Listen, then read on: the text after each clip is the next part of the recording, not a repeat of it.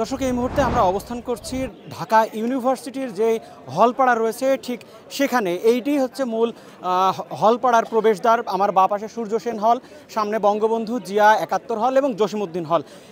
এই এরিয়ার শিক্ষার্থীরা কিছুক্ষণ আগে জড়ো হয়ে তারা কিন্তু এখানে যে কফিন মিছিল করার চেষ্টা করেছিলেন সেখানে কিন্তু এই হামলার সূত্রপাত। সেখানে পুলিশের পক্ষ থেকে সাউন্ড গ্রেনেড, ফাঁকা ফায়ার এবং কিন্তু হচ্ছে টিয়ার শেল নিক্ষেপ করা হয়। এরপরে শিক্ষার্থীরা পুলিশের উপরে চড়াও হয়।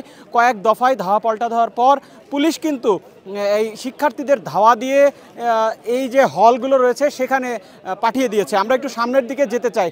সেখানে কিন্তু শিক্ষার্থীরা অবস্থান করছেন এবং প্রতিটা হলে আসলে যারা আন্দোলনরত শিক্ষার্থী ছিলেন তাদেরকে বাধ্য হয়েছেন এবং এখানে নারী শিক্ষার্থীরা ছিলেন তাদেরকে বাধ্য করে এই হলগুলোর ভেতরে প্রবেশ করানো হয়েছে। এবং এই যে হলপাড়া, এই হলপাড়ার গেটে কিন্তু এখন আগুন জ্বলছে। এখানে টিয়ার শেল নিক্ষেপ করা হয়েছে। তার থেকে বাঁচতে শিক্ষার্থীরা এখানে শিক্ষার্থীরা সেখানে আগুন জ্বালিয়েছেন এবং শিক্ষার্থীরা কিন্তু বিক্ষুব্ধ, কারণ তাদের ক্যাম্পাসের ভিতরে, হলের এরিয়ার ভিতরে এখানে পুলিশের এমন ন্যাক্কারজনক ঘটনা তারা বলছেন, এমন হামলা।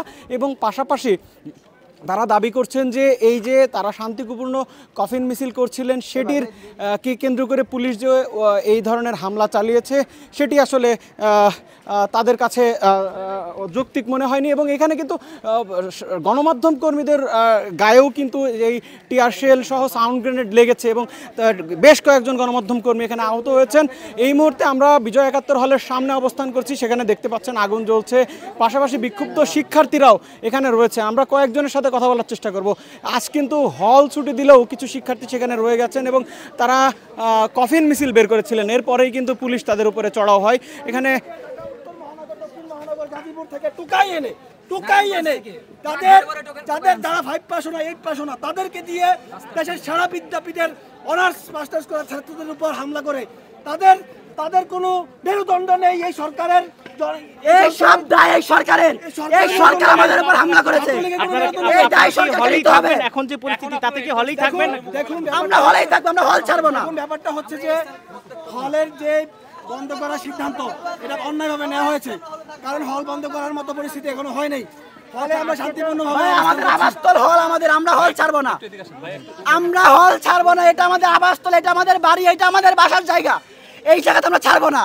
আমাদের যদি মেরে ফেলে এরপর আমাদের হল থেকে বের করে লাশ বের করে আমাদের ক্যাম্পাস থেকে তো বের হতে পারছি না, আমরা বের হবো না। আমরা আমাদেরকে তো প্রত্যেকটা দর্শক দেখছিলেন এখানে আসলে যারা শিক্ষার্থী আছেন তারা কিন্তু বিক্ষুব্ধ এবং তারা বলছেন যে তাদের হল ছাড়ার যে নির্দেশ সেটি তারা মানেন না।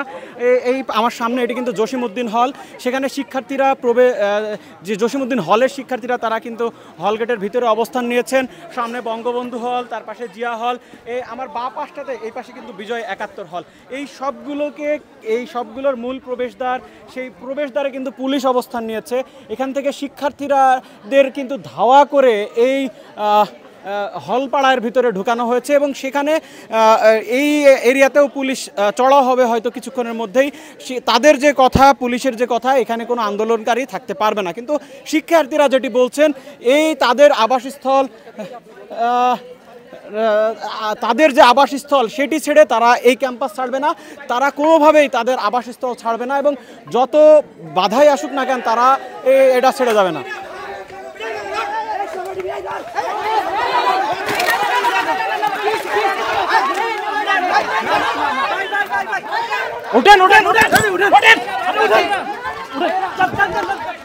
আরে ভাই দৌড়ান না কেন আপনি? কথাটা কইলাম, আমার কথাটা আপনি রাখলেন না। আপনার কথা কি রাখবো? আপনারা আমি তো শুনছি, আপনি শুনেন না।